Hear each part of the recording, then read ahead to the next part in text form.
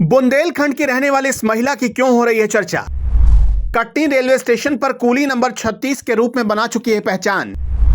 हर कोई बुंदेलखंड की रहने वाली इस महिला के जज्बे को कर रहा है सलाम। आखिर क्यों बुंदेलखंड की रहने वाली संध्या की कूली नंबर 36 के रूप में मिली है पहचान। संध्या अपने इस नाम के मायने को मात देने वाली बुंदेलखंड की एक महिला, जिक्र सिर्फ इसलिए कि घर परिवार और समाज के लिए वो नया सवेरा बनी हुई है। वो कटनी रेलवे स्टेशन पर कूली नंबर 36 के रूप में अपनी पहचान बना चुकी है और रेलवे के लिए भी कुछ खास है। महिला सशक्तिकरण की बात आते ही उसका नाम लिया जाता है। वो अपना पूरा नाम संध्या मारावी बताती है। वहां पर पहने पीतल के कूली नंबर 36 के बिल्ले को भी दिखाती है, मानो नाम और काम के 36 के आंकड़े को समझा रही हो। 65 पुरुष कुलियों के बीच वो अकेली महिला कुली है। संध्या को घर से कटनी रेलवे स्टेशन तक आने के लिए जबलपुर से रोज 45 किलोमीटर का सफर तय करना पड़ता है। 2016 में बीमारी से पति की मौत के बाद पहले ये मजबूरी थी, अब लक्ष्य बन गया है। वो कहती है काम कोई छोटा बड़ा नहीं होता, संकोच और सोच छोटे होते हैं।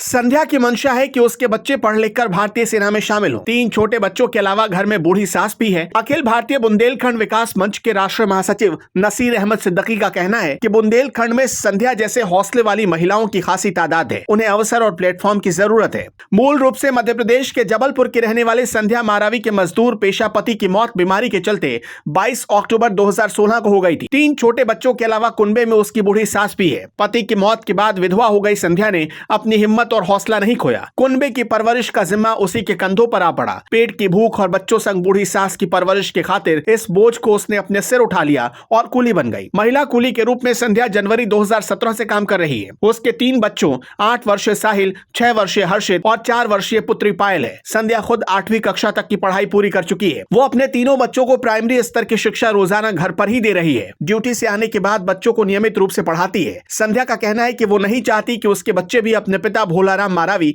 या मां संध्या की तरह किसी का बोझ ढोए। संध्या के पति भी कुली थे। रेलवे विभाग ने कुली की भर्ती की शर्तों में कुछ बदलाव किए हैं। पहले जहां कुली का लाइसेंस बिल्ला हासिल करने के लिए 8वीं पास योग्यता निर्धारित थी, उसे अब बढ़ाकर 10वीं यानी हाई स्कूल कर दी गई। भर्ती नियमों में भी बदलाव हुआ है। साथ ही साइकिल चलाना भी अनिवार्य है। भर्ती के समय 50 किलो वजन लेकर 200 मीटर तक दौड़ाया जाता है। कुलियों का बीमा कराने के लिए भी रेलवे की योजना है। कुलियों का भाड़ा रेलवे विभाग ने तय कर रखा है। मौजूदा समय में ये दर 1 रुपए प्रति किलो के हिसाब से है। भाड़ा ढोने की दूरी भी रेलवे विभाग ने 200 मीटर निर्धारित कर रखी है, यानी सामान का वजन जितना होगा उसी दर से यात्री को मेहनताना अदा करना होगा। निर्धारित दर से अधिक लेने पर रेलवे कुली के विरुद्ध कार्रवाई कर सकता है। कोरोना संक्रमण के चलते पूरे देश में लगाए गए लॉकडाउन के दौरान जहां ट्रेनों का संचालन ठप हुआ, तो कुलियों की हालत भी पतली हो गई। रोज कमाने खाने वाले लाल वर्दीधारी मजदूर पेशा कुली कोरोना संक्रमण के कारण आर्थिक रूप से बुरी तरह टूट गए। ट्रेन बंद रही और रेलवे स्टेशन वीरान रहे।